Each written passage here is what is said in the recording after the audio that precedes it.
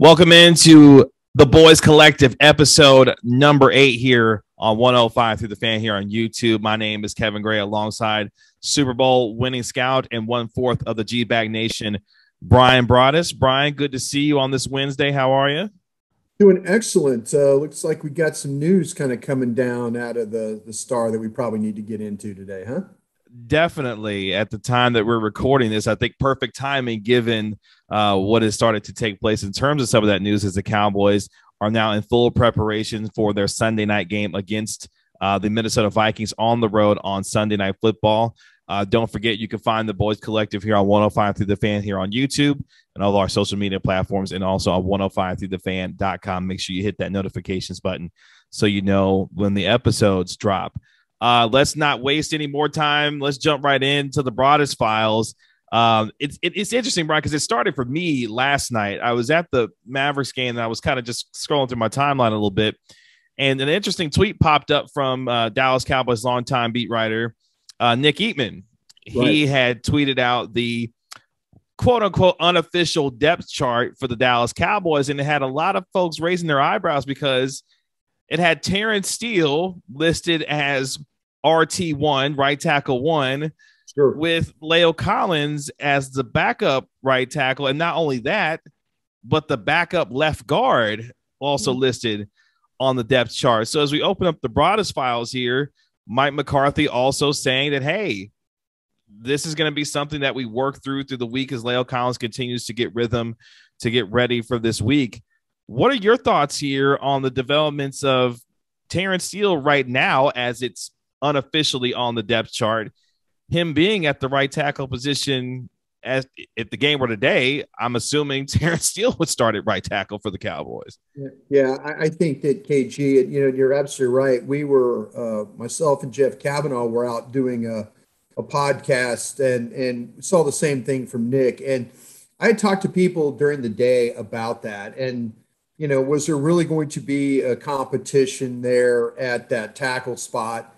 And I kind of felt like I got a sarcastic answer of sure, but sure, maybe sure was, yeah, there's going to be competition there.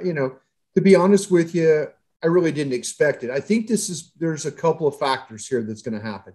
The Cowboys are 5-0 with Terence Steele playing right tackle for them, which is commendable on his part, commendable on the offense's part, commendable on the coach's part for making that work. And when you're kind of riding along that way, it maybe makes sense to keep going and not trying to disrupt that. That Steele, has had his moments, but, every one of those offensive linemen do have their moments during a game. You grade them for 70, 75 plays. There's probably 3 or 4 plays that they don't do as well. And I think you could say that about Terence Steele. The thing that I think, though, might be really overriding here, though, is the fact that there are people in the organization that aren't happy with Lael Collins and likely not happy with how all that went down, what they found out about the bribing stuff, various things that kind of put the organization in a little bit of a bad light. And that, talking to people in the league, that maybe he could have had a 2-game suspension. Instead, it turns into a 5-game suspension. People are saying, well, why wouldn't the organization back him? Well, you look at what's going on too with the bribing stuff, and maybe if it was all tongue in cheek and joking and all, ha ha, but, it's not perceived that way by the league office. And so to me, this is really about that Steele has played well, but they're also riding a 5-game winning streak. Now, this is a very dangerous thing to do because to me, we've heard all through the offseason that, this offensive line, once it gets healthy, once it gets together, it could be one of the best lines in the National Football League with Tyron Smith, with Connor Williams, with Broaddus, with Martin, with Collins, all playing together. We've been waiting to see this offensive line together. We haven't seen it play. Yeah. Yeah. We have not seen this group play together one time this year in the group, and they're 5-1. So that tells you that there's some things that are going along very, very well. In my mind, though, there's, maybe it's like they're worried about Collins and they're worried about Rust and they're worried about, all those things going forward. But, to me, you're playing against, I think, a pretty dangerous team right now when it comes to the Minnesota Vikings. And You're playing at a stadium that is not the old Metrodome, but it's still a loud venue to play. Mm-hmm. And, you're playing against some quality defensive linemen. Danielle Hunter comes to mind. Everson Griffin is having a bounce back, career, a resurgence of his career, after leaving Minnesota. So, there's legitimate pass rushes. Anthony Barr, there's guys that you have to deal with in these games, going forward. And so to me, that's where I'm a little bit surprised that it wasn't just a plug and play situation. But like I said, I think there's a couple of things. You're 5-0 with Terence Steele playing right tackle, and the organization still might be a little upset of what happened with Lael Collins to get himself suspended. Because it kind of gets me to this, particular question. Obviously there's something to the hot hand guy type of thing with developing rhythm. I'm sure there's built a connection and a growing trust with Terence Steele and the way that he's been able to handle himself, albeit he's been able to get some help with some different things that the Cowboys have done to make sure that he's, been pretty successful, in his time at the right tackle spot. But at the same time, should this be a competition? Because where my mind starts to go is, could this ultimately be a distraction, knowing that you've got, an all-pro type of talent in Lael Collins, who presumably is ready to play while you are, happy with what Terence Steele did. If this team wants to go ultimately where I think they're capable of, Lael Collins should be the starting right tackle for them going forward here, I would think. Yeah. Well, it might be a thing too, where they look at this KG and they say, you know what, we've won 5 games with this guy playing at tackle when nobody thought we'd win 1 game with him playing at right tackle. And, you don't want to disrupt that. Maybe in that locker room, Mike McCarthy has the pulse of, there's a lot of support, obviously, for Terence Steele in that locker room. And if all of a sudden you put Collins in there and you were to lose a game, and then it's, the offense doesn't look as good, then you might have everybody look in the locker room, look at Mike McCarthy and look at these coaches and say, why would you change out something that was working along pretty well? And, it might be even the bigger picture of this down the line. Do you do something with Lael Collins if, in fact, that they go to Minnesota, they win this game with Terence Steele, say, playing right tackle? Now do you start to, if they do have some success, which they have, maybe it's like a situation where they just say, we're going to move on from Lael Collins. We're going to move on. We're going to take, we'll at the end of the year, you might trade him, you might cut him, you might do something, but maybe it's the younger, cheaper theory here. But me personally, I'm playing with Lael Collins at right tackle. You have to prove to me, that you're really, really, really going to make this move. Mm-hmm. And it's a big gamble, because, like I said, if Steele goes out there and just gets worked by Danielle Hunter or Everson Griffin, then everybody's going to question, well, you had the opportunity to play with Lael Collins at tackle and you didn't do it. Now the questions point, this could go, like I said, this could go a couple different ways. It could work out as a brilliant, genius move by Mike McCarthy, or it could absolutely blow up in his face and they lose a game and give up sacks to a team, like I said, that average about 3 sacks a game. They've got 21 sacks for the year. So, that's a very, very dangerous game. Me personally, I'm going with my best guy. And I think every NFL guy will tell you that Lael Collins is a better tackle than Terence Steele. Yeah. I don't think there's a scout in the league that would tell you otherwise. But maybe you're really trying to send a message not only to your team, but you're trying to send a message to Lael Collins.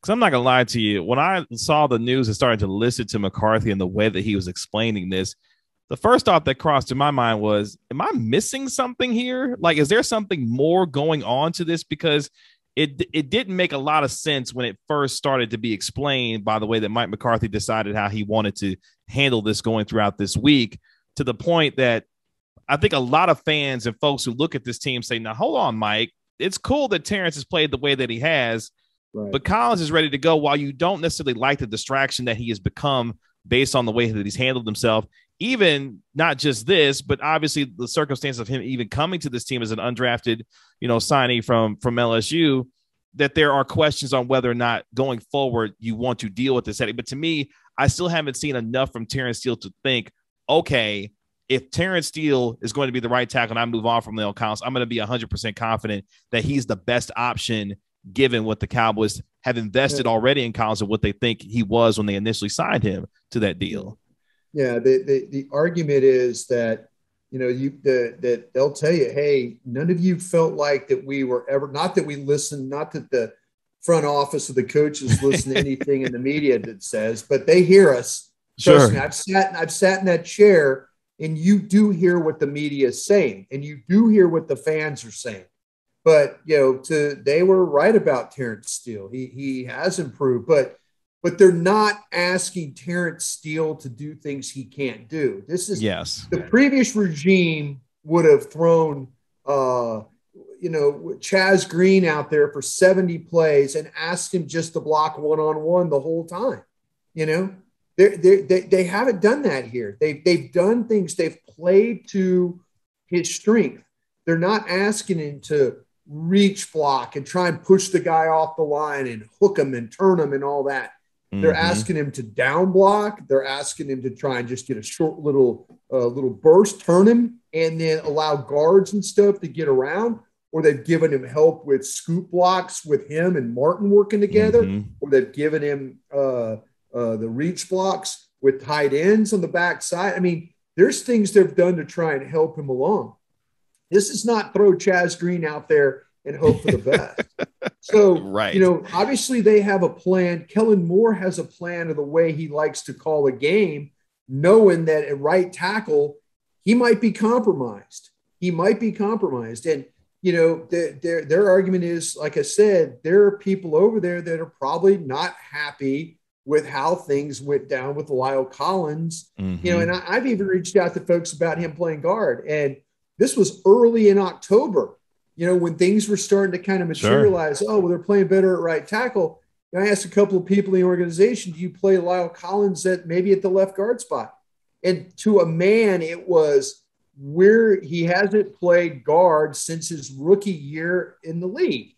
And that led me to believe, like, we're not interested in moving him from right tackle to guard. And, I take that as I take those guys to their word. But, you're starting to hear things now about, there's competition and, we're going to move and all that. I'm going to take the approach from your beloved state of Missouri, and say, show me, show me that you're really going to play Terence Steele at right tackle instead of Lael Collins. And if they do, and they get away with it and they win the game, my hats are off to you. But if you go out there and lose this game, and all of a sudden that Terence Steele struggles when you have Lael Collins available, I am not going to give you one bit of relief when I talk about you. The last thing I'll say on it is because, and you started to allude to it, the Cowboys have done things to help Steele be successful, whether it be, certain blocking schemes or whether they're not asking him to do things that he's not capable of. To me, the reason why you put Collins back at the right tackle spot is because now I don't have to use Blake Jarwin. I don't have to use Dalton Schultz. I don't have to do extra things that could potentially take away from what I want to do offensively. So I have to help out and compensate for a guy who may have a deficiency in a certain area. With Lael Collins, I can open up things fully again to where I have my full complement of offense and not have to worry about, I got to do things to help protect Terence Steele to keep my quarterback from getting killed week over week. Yeah, and how about what we've seen KG on some of the short yardage stuff? The 3rd and 1s, the 4th and 1s, the goal line stuff. Zeke should be able to run behind Martin and Collins every time. Let's not act like it. And again, I want to give Terence Steele full credit. I really, really do. I mean, what they told us about him is absolutely true. And you could say, well, let's not mess with something good. And people could say, well, Lael Collins has played one game in 25. He's missed 24 out of the last 25 games, and people could say that, and they're not wrong. And so, I think this is a very, very dangerous game that they're playing. Now, if Lael Collins were to start and he was to play terrible, McCarthy would get killed for that. But he's betting that his team with Terence Steele and again, we're still see what happens Saturday night. You know, we got a Wednesday practice that's just getting done. Got a Thursday practice, no practice Friday, and Saturday kind of a walkthrough. Well, let's see if in fact that Terence Steele is the starter at right tackle come Sunday night. Well, regardless of who is playing at right tackle, things still tend to be trending toward Dak Prescott playing on Sunday night. Now, McCarthy did say something interesting, I thought, with respect to where he is as far as his preparation is concerned. Dak Prescott's still working to clear the rehab phase of where he is in terms of his preparation. And once he is there, then things will become a little bit clearer as the week goes on. But it still feels like, and based on what you said on G-Bag yesterday, that, you know, it appears that Dak Prescott is good and be good to go Sunday night. I think he's absolutely, again, I think it was going to be like they're going to list him on the report as limited, and then, you know, maybe questionable, you know, at the end of the whole thing. But yeah, there was going to be a period where they were going to not just throw him out there and hope for the absolute best. They were going to work through, I know, talking to people in the organization, you know, Dr. Jerry Jones was thumbs up guy, and the medical staff and people that work on that side of the building were optimistic. And so I there's no doubt I think he'll play, but I think you have to be very mindful that you know, that he not that they're going to put a hurt player out there, but this is, again, a team that rushes the passer very well. You know, mobility, we'll see how that all plays out for him this weekend.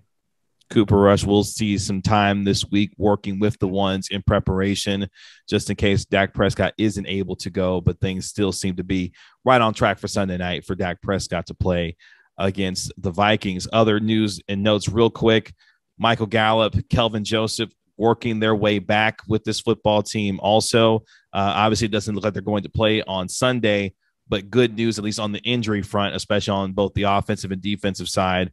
Especially for Michael Gallup, knowing that he is working his way back, starting to practice again. And for Joseph, a guy that working his way back, rookie out of Kentucky, really needing to get himself on the field so we can see what we got in a guy in Kelvin Joseph there. Yeah, I think it's really, really interesting too, because what's happened at wide receiver, I mean, you know, tip of the cap to what's going on with Cedric Wilson and Noah Brown and those guys, and how they picked up the slack, you know, for Michael Gallup. Having Gallup back on the field, I think, would be a huge, you know, now you really put teams in a bind with how you're going to play against 11 personnel and stuff like that. The thing with Kelvin Joseph is, you know, halfway through, I'm not expecting anything majorly great from him. I'm just not. And, you know, if you ask me, KG, with the trade deadline, I believe Tuesday, you know, if they could go out, and I know this, I mean, just in my heart, I know this. The Rams are going to make a move. The Buccaneers are likely going to make a move. The Saints are likely, you know, there's teams other than the Packers and the Cowboys. I think these teams that you're competing against are going to make maybe one move to try and shore up something or get a little bit better. You know, they're going to exhaust something to try and say, okay, instead of us being the 6th seed, we're going to try and be the 3rd seed, or we're going to try and be, you know, we're going to try something here. And, you know, I just feel like that the Cowboys will potentially miss an opportunity because of what Jerry Jones said the other day, is that, you know, we have to figure out what guys that we have to take down and put on IR. Well, you can't, you know, Canada went on IR for 3 games. That buys you some times. Brett Urban's going on IR. That buys you 3 games. You know, what's going to happen with Tristan Hill? Is he back in the mix? You know, so, but with Joseph, I think it's really hard for a rookie to come halfway through the season and then they throw you into the mix. And it's like, bro, we're playing meaningful games here for playoff positioning. Okay. And, you know, do we trust you to not make a mistake out there? You know, that's kind of where they're at right now. So yeah, I'm happy that he's back. I'm happy he's going to be part of what's going to happen. But I really wonder how effective he is going to be these next 8 weeks. And it could turn into a situation where you could quote unquote redshirt him this year. Anthony Brown has been playing much better as the season has gone on to maybe buy you some more time to allow Joseph to I think they need slowly one more come corner. along. Yeah. I do think they need one more corner, KG.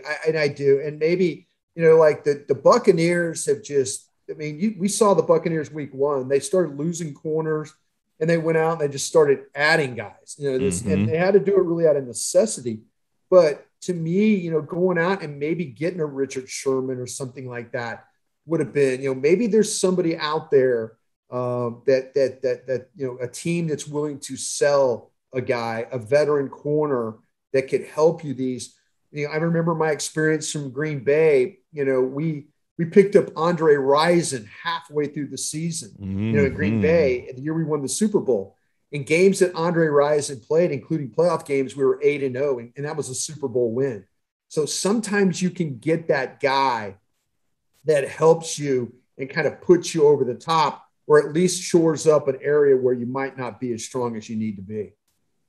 It's funny you mentioned Andre Bad Moon Rising, because I still remember long time ago, man. That first touchdown pass that Brett Favre threw in that Super Bowl went to Andre Rison, and it just set the tone for that game the entire day. That was a cool Super Bowl to watch. So that kind of bridges us into our next topic. Buy or sell. Should the Cowboys be buyers at the deadline? And clearly, from your previous comments already, the Cowboys should be buyers at this deadline that comes up on Tuesday, November 2nd. In your mind? Yeah, I do, KG. I think you should be a buyer. And, you might have a couple of items that might be interesting to somebody. You have a couple of contracts that might be expiring. Could you get something of comparable value for, I mentioned about Gallup. Do I want to trade Gallup? No, not necessarily, because I think this wide receiver group at the end of the year, you haven't done anything with Amari Cooper's contract. You haven't touched that.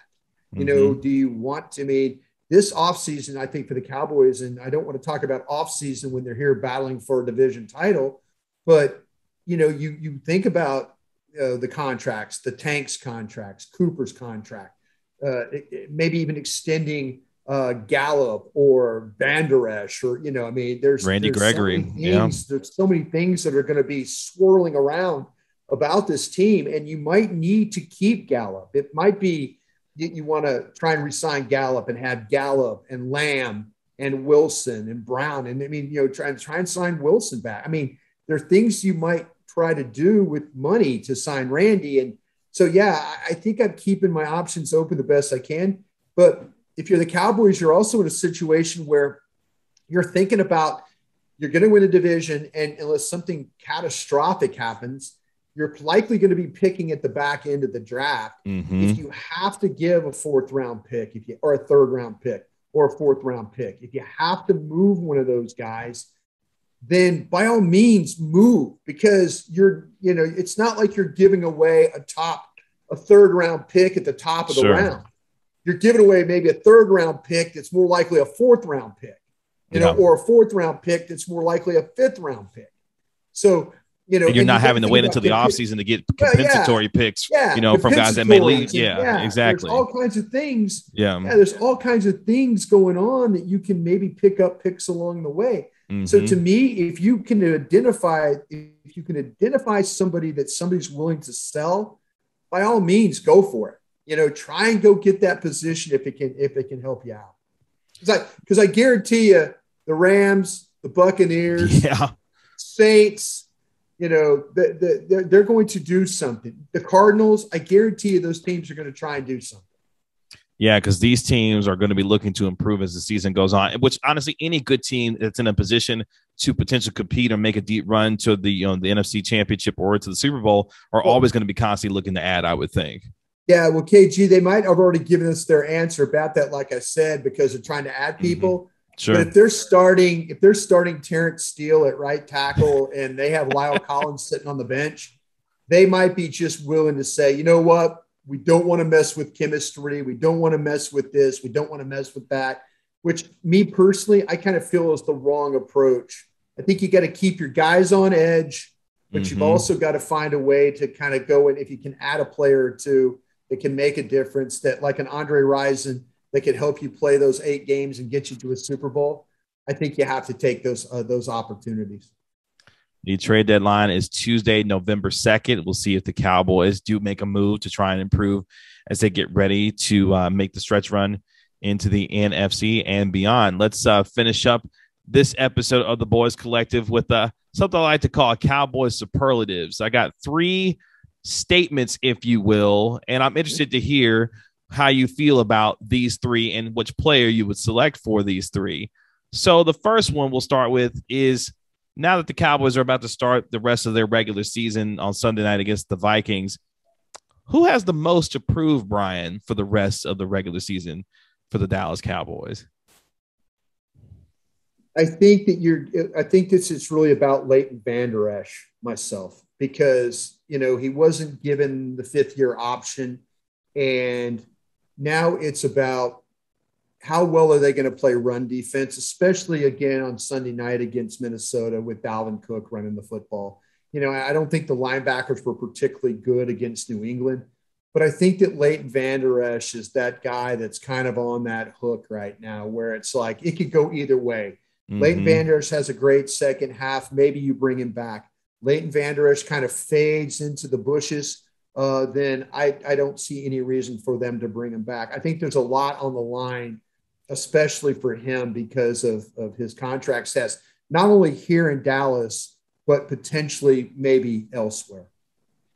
The player I'm going to go with Michael Gallup. I think for him, it's about proving to folks that he's not the forgotten guy on this offense once he does return, because you mentioned it with Cedric Wilson and Noah Brown, who have admirably been able to come in and really help keep this offense going. In a contract year, Michael Gallup's got a lot to prove that he's still the deep threat, whether he stays with this team or a team is going to potentially money whip him in the offseason and try to give him maybe number 1, number 2 type money to play somewhere else. So I think Michael Gallup is going to be the guy, but I love the Vander Esch pick because I think the Cowboys put him on notice at the beginning of the year with declining that 5th-year option. Like, hey, you might want to get it together because there's no guarantee that we're going to bring you back, at the end of this season. So the number 2 statement, who has the most to gain for the Cowboys as the rest of the regular season resumes on Sunday night? I think you could probably look at these Cowboys safeties. I think that one of these guys is going to get an opportunity, whether it's Kearse, Kazee. I think there was some disappointment about what happened with Kazee and the driving while he was impaired, because everybody looked to him as a leader and a guy that they loved in the locker room, a Dan Quinn guy that he was able to kind of help the other defenders, a vocal guy, a leader. I mean, there was some disappointment there, but I think this is really, really, really important for guys, like I say, like a guy like Kearse. Kearse has come in from being like a special teams player, big body, physical guy, to being, wow, you can actually play him in this scheme. He can cover, he can play down, he can play back. He gives you quality snaps. I mean, since he's been a starter in week 2, I believe he has 29 tackles. He's got 4 tackles for loss. He's got some passes that he's knocked down. I mean, he's shown since he's been put into this lineup that he's capable of making plays. And maybe that's the one guy that they're going to look at and they're going to say, we're going to need for years we've chased this safety problem. Maybe we actually have this safety here and we need to kind of sign him going forward. I'm going to stick on the defensive side, and I'm going to say Jabril Cox. Jabril Cox, I think, has a lot to gain the second half of this season or the next portion of this season for the Cowboys. He's going to get more and more opportunities to make plays and impact the game, especially on the in the linebacker core there. I think Jabril Cox has a chance to really gain a lot, not just experience, but really playing alongside, Parsons and Vander Esch to really have, and we saw some of that against the Giants and some of the impact plays that he's able to make. How he grows, I think, is going to be key for him going into this next portion of the season.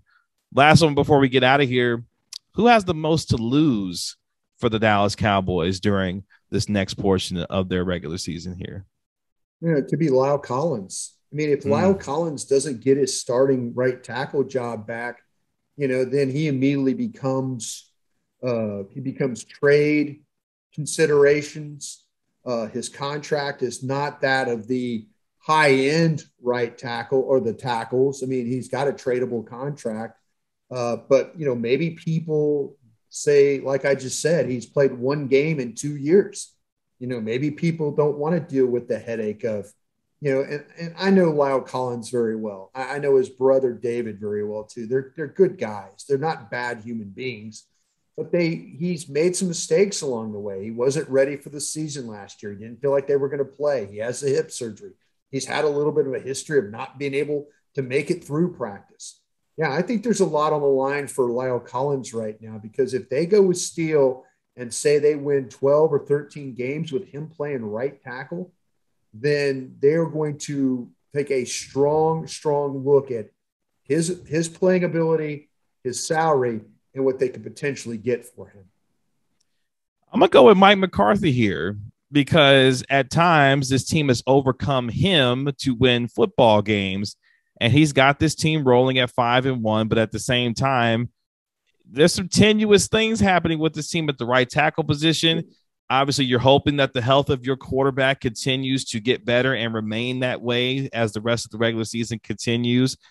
But I think McCarthy's got a lot of pressure to really kind of, quote unquote, finish this thing off the way that he has started based on what has happened to this team. So I'm going to go with Mike McCarthy as the most to lose, because confidence, it's funny with him. Confidence goes up and down when it comes to this head coach.